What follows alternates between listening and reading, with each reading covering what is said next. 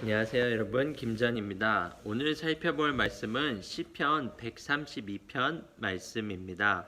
우리가 성경을 읽을 때 지금 본문이 어떤 내용을 말하고 있는지 쉽게 이해가 되는 경우도 있지만 좀처럼 이해하기 힘든 경우도 있습니다.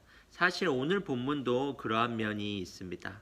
지금 일어나는 내용이 어떤 배경에서 진행되고 있는지를 모르기 때문입니다.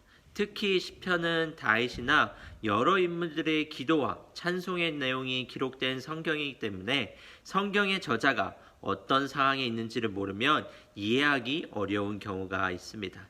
하지만 여러분, 너무 걱정할 필요는 없습니다.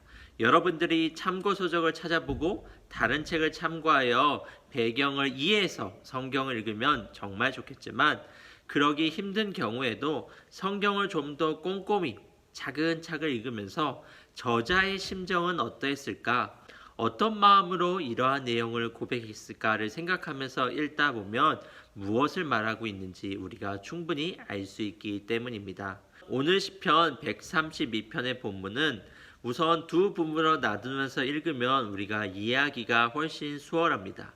1절부터 10절까지는 여호와께 맹세한 다윗의 약속을 다루고 있고, 11절부터 18절까지는 다윗에게 약속한 하나님의 언약이 기록되어 있습니다. 먼저 다윗의 약속입니다. 다윗은 하나님께 약속 혹은 결심을 하고 있습니다. 무엇을 결심하고 있을까요? 3절에서 5절입니다. 나는 집에 들어가지 않겠습니다. 침실에도 들어가지 않겠습니다. 잠을 자지 않겠습니다. 졸지도 않겠습니다. 내가 여호와를 위한 한 장소를 찾을 때까지, 야곱의 전능하신 하나님의 집을 찾을 때까지 잠을 자지 않겠습니다. 다윗은 집에 들어가지도 않고 잠을 자지도 않고 졸지도 않겠다고 말하고 있습니다. 왜 이러한 약속을 하고 있을까요? 하나님을 위한 장소, 여호와의 집을 찾지 못했기 때문입니다. 여기서 여호와의 집이란 성전, 다시 말해서 하나님께 예배드리는 장소를 말하는 것입니다.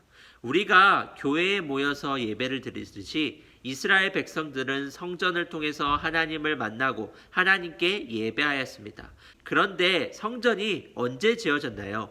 솔로몬 시대에 하나님의 성전이 완공되었습니다. 즉, 그전에는 정해진 장소가 아니라 상황에 따라서 여러 곳에서 하나님께 나아갈 수밖에 없는 처지였습니다. 이것이 안타까웠던 다윗은 지금 어떤 결심을 하고 있습니까? 예배드릴 장소, 예배의 처소를 찾을 때까지는 잠을 자지도 않고 집에 들어가지도 않겠다는 겁니다. 6절과 7절을 보도록 하겠습니다. 우리는 에브라다에 그런 장소가 있다는 것을 들었습니다. 야르의 들판에 있는 그곳을 발견했습니다. 우리 함께 여호와의 거처로 갑시다. 그분의 발밑에서 예배합시다.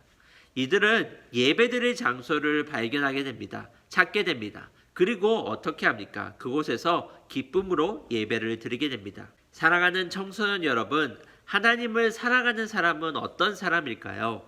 하나님께 드려지는 예배를 사랑하는 사람입니다. 예배를 사랑하는 사람이 하나님을 사랑하는 사람입니다. 하나님께 찬양하는 것을 즐거워하고 하나님께 기도하는 것을 기뻐하고 선포되는 말씀에 귀 기울이는 것을 즐거워하며 예배를 소망하고 기대하는 사람이 하나님을 사랑하는 사람입니다. 여러분의 지금 모습은 어떠합니까? 예배를 사랑하고 있습니까? 우리가 드려지는 예배를 위해 기도하며 예배를 소망하며 기쁨으로 예배의 자리에 참석하고 있나요?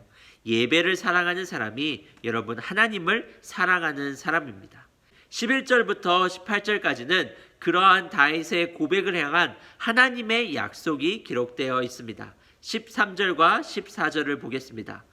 여호와께서 시온을 선택하셨고 그분은 시온이 자신의 거처가 되기를 원하셨습니다. 이곳이 영원토록 내가 쉴 만한 곳이다. 여기에서 내가 보좌에 앉을 것이니 내가 바라더니이다. 하나님은 이곳 시온을 자신의 거처로 삼겠다고 말씀하십니다. 이곳 시온에서 영원토록 머무르겠다고 말씀하십니다. 즉, 하나님이 이곳에서 너희와 영원토록 함께 하시겠다는 말씀입니다. 여러분, 다윗은 하나님을 사랑하는 사람이었습니다. 그리고 하나님께 나아가 예배드리는 일을 누구보다 기뻐하고 즐거워하던 사람입니다. 그러한 다윗에게 하나님을 사랑하고 예배드림을 기뻐하는 다윗에게 주어지는 복이 무엇인가요? 영원토록 하나님이 그와 함께 하심으로 하나님의 도움을 경험하며 살아가는 것입니다. 15절과 16절을 보도록 하겠습니다. 내가 풍성한 양식들로 이곳에 복을 줄 것이다. 이곳에 가난한 사람들에게 내가 음식을 가득 채워줄 것이다. 내가 이곳의 제사장들을 구원으로 옷 입힐 것이며 이곳의 성도들은 기뻐 영원히 노래할 것이다.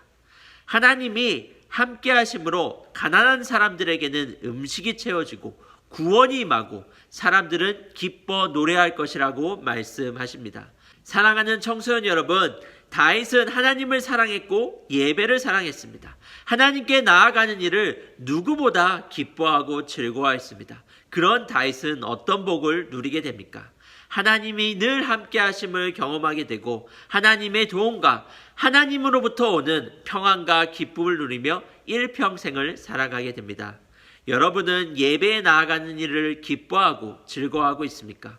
예배드림을 소망하며 기쁨으로 소망하며 살아가고 있습니까? 예배를 사랑하는 사람이 여러분 하나님을 사랑하는 사람입니다. 예배드리는 일에 마음을 담기 바랍니다. 기쁨으로 찬양하고 기도하며 예배를 통해 우리를 향한 하나님의 부르심에 귀를 기울이며 살아갈 때 하나님이 우리에게 내려주시는 복을 누리며 경험하며 살게 되는 것입니다.